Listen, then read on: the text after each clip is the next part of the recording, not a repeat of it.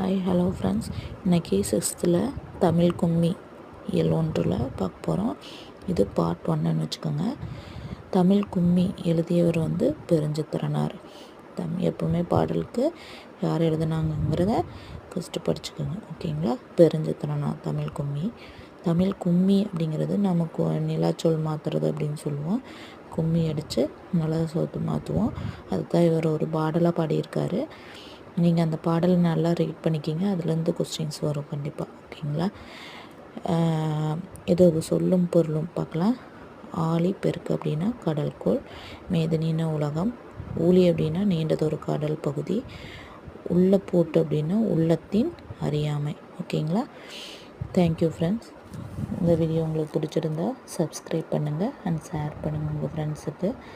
எங்களோட சேனலை லைக் பண்ணுங்கள். தேங்க்யூ.